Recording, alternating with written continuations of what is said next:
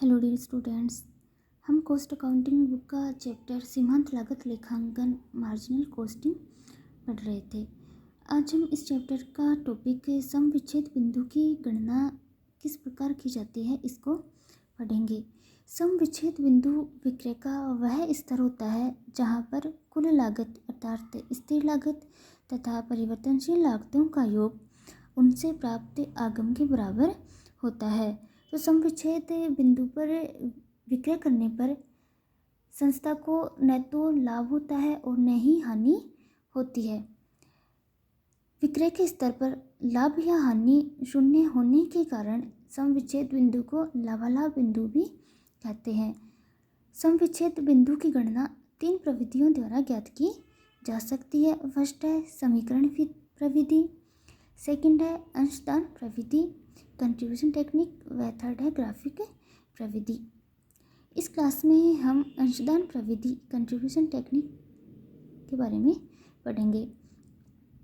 अंशदान प्रविधि के अंतर्गत सम विच्छेद विश्लेषण हेतु अंशदान कंट्रीब्यूशन व लाभ मात्रा अनुपात प्रॉफिट वॉल्यूम रेशियो, जिसे शॉर्ट में पीवी रेशियो भी कहते हैं, तो पीवी रेशियो व कंट्रीब्यूशन की गणना की जाती है। अंशदान से आशय आगम और परिवर्तनशील लागतों के अंतर से है। तो प्रति इकाई अंशदान ज्ञात करने के लिए सेलिंग प्राइस पर यूनिट में से वेरिएबल कॉस्ट पर यूनिट को लेस किया जाता है। तो कंट्रीब्यूशन बराबर सेल्स माइनस वेरिएबल कॉस्ट होता है और कंट्रीब्यूशन में से फिक्स्ड कॉस्ट को घटाने पर प्रॉफिट ज्ञात किया जा सकता है। तो इस प्रकार का जो कंट्रीब्यूशन होता है वो स्थिर लागतों व लाभ को अंश प्रदान करता है। तो कंट्रीब्यूशन बराबर सेल्स माइनस वी या एफ प्लस पी होता है। तो फिक्स्ड कॉस्ट प्लस प्रॉफिट बराबर भी कंट्रीब्यूशन होता है और सेल्स माइनस वेरिएबल कॉस्ट बराबर भी कंट्रीब्यूशन होता है। तो सेल्स माइनस वेरिएबल कॉस्ट बराबर फिक्स्ड कॉस्ट प्लस प्रॉफिट होता है। नेक्स्ट है लाभ मात्रा अनुपात प्रॉफिट वॉल्यूम रेशियो, जिसे पीवी रेशियो भी कहते हैं। तो पीवी रेशियो से आशय अंशदान और विक्रय मूल्य के अनुपात से है। तो अंशदान अनुपात की गणना जिस सूत्र द्वारा की जाती है वो है contribution divided by sales into 100 होता है। और हमें पता है कि contribution sales minus variable cost होता है। तो S minus V divided by S into 100 करने पर पीवी रेशियो को कैलकुलेट किया जा सकता है। पीवी रेशियो है वो अंशदान विक्रय व लाभ मात्रा अनुपात के मध्य एक त्रिकोणात्मक संबंध बताता है। तो यदि इन तीनों सूचनाओं में से कोई भी 2 सूचनाएं ज्ञात हो तो तीसरी सूचना ज्ञात की जा सकती है। तो जब सेल्स और पीवी रेशियो दिया हुआ हो और अंशदान नहीं दिया हुआ तो अंशदान को ज्ञात करने के लिए सेल्स को पीवी रेशियो से मल्टीप्लाई किया जाता है। तो अंशदान का जो फॉर्मूला होगा वो सेल्स इंटू पीवी रेशियो होगा। और यदि कंट्रीब्यूशन वह पीवी रेशियो दिया हुआ हो और सेल्स नहीं दिया हुआ हो तो सेल्स को ज्ञात करने के लिए contribution divided bye PV ratio into 100 होगा। नेक्स्ट है सम विच्छेद बिंदु। सम विच्छेद बिंदु की गणना भी 3 प्रकार से की जा सकती है। यदि सम विच्छेद बिंदु विक्रय राशि में ज्ञात किया जाए या विक्रय इकाइयों में ज्ञात किया जाए या थर्ड है कार्यक्षमता के रूप में सम विच्छेद बिंदु ज्ञात किया जाए। तो जब विक्रय राशि में सम विच्छेद बिंदु ज्ञात किया जाए तो इससे आशय यह है कि उस विक्रय राशि को ज्ञात करने से है जिस पर कुल स्थिर लागत व परिवर्तनशील लागत विक्रय राशि के बराबर होगी। अर्थात उस राशि का विक्रय करने से है जिस राशि पर विक्रय करने पर कुल स्थिर लागत परिवर्तनशील लागत बराबर होगी। तो इसे विक्रय हेतु सम विच्छेद बिंदु भी कहते हैं। तो जब रेट में बीईपी सेल्स ज्ञात किया जाता है तो इसके लिए जो फॉर्मूला होगा वो fixed cost divided by PV ratio into 100 होता है। सेकंड है जब सम विच्छेद बिंदु विक्रय इकाइयों में ज्ञात किया जाए तो इससे आशय है कि सम विच्छेद बिंदु करने के लिए सम विच्छेद बिंदु प्राप्त करने के लिए बेची जाने वाली इकाइयों से है। कि कितनी इकाइयाँ बेची जाए जिस पर संस्था को न तो लाभ हो व न ही हानि हो, अर्थात कुल लागत व कुल आगम बराबर हो।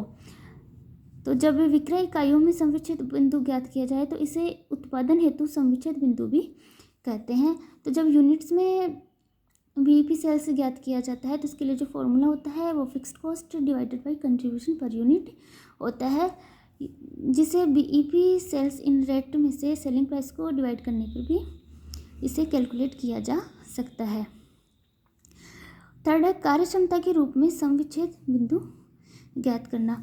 परियोजना प्रतिवेदन बनाते समय यह देखा जाता है कि किस कार्यक्षमता पर कार्य करने पर समविच्छेद बिंदु को प्राप्त किया जा सकता है और उस परियोजना का चयन किया जाता है जिसमें कम कार्यक्षमता पर कार्य करने पर भी समविच्छेद बिंदु प्राप्त किया जा सके। तो जब बीईपी सेल्स को कैपेसिटी में ज्ञात किया जाता है तो उसके लिए जो फॉर्मूला होता है वो BEP sales divided by sales 800% capacity into 100 होता है। तो जब विक्रय राशि में समविच्छेद बिंदु ज्ञात किया जाता है तो इसके लिए जो फॉर्मूला होता है वो fixed cost divided by PV ratio into 100 होता है। और जब विक्रय इकाइयों में समविच्छेद बिंदु ज्ञात किया जाता है तो इसके लिए जो फॉर्मूला होता है वो fixed cost divided by contribution होगा। और जब कार्य क्षमता में समविच्छेद बिंदु ज्ञात किया जाए तो BEP sales divided by sales 800% capacity into 100 होगा। तो अब हम ये इलस्ट्रेशन नंबर 1 करते हैं। तो इलस्ट्रेशन है 13.1 दिया हुआ है। एक व्यक्ति राज्य स्तर पर आयोजित मेले में एक खिलौना रॉकेट बेचने की योजना बनाता है। वह इन रॉकेटों को 5 रुपये प्रति रॉकेट की दर से क्रय कर सकता है और उसे बिना बिके रॉकेटों को लौटाने की सुविधा भी है। मेले में दुकान का किराया 500 रुपये पेशगी में देना होगा और रॉकेट है जो 9 रुपये प्रति रॉकेट की दर से बेचे जा सकेंगे। समविच्छेद बिंदु पर कितने रॉकेट बेचे जाने चाहिए? तो हमें उस विक्रय के उस स्तर का चयन करना है जिस पर संस्था को न तो लाभ हो व न ही हानि, अर्थात कुल लागत कुल आगम के बराबर हो और वही समविच्छेद बिंदु होता है। तो ये जो दुकान का किराया है वो 500 रुपये, वो तो फिक्स्ड कॉस्ट है। अब चाहे वो 200 रॉकेट बेचे या 500 रॉकेट बेचे, उसे ये 500 रुपये चुकाने ही होंगे। और ये जो 5 रुपये प्रति रॉकेट है वो वेरिएबल कॉस्ट है। यदि वह 500 रॉकेट बेचेगा तो उसे 500 रॉकेट को खरीदना पड़ेगा, तो उसकी परचेज कॉस्ट अधिक आएगी। और यदि 200 रॉकेट बेचता है तो उसे 200 रॉकेट को खरीदना पड़ेगा। और सेल्स प्राइस है 9 रुपये प्रति रॉकेट। तो अब हम समविच्छेद बिंदु की गणना करने के लिए विक्रय किए जाने वाले रॉकेटों की संख्या देखनी है। तो जब हम बीईपी सेल्स इन यूनिट्स में देखते हैं तो इसके लिए जो फॉर्मूला होता है वो fixed cost divided by contribution per unit होता है।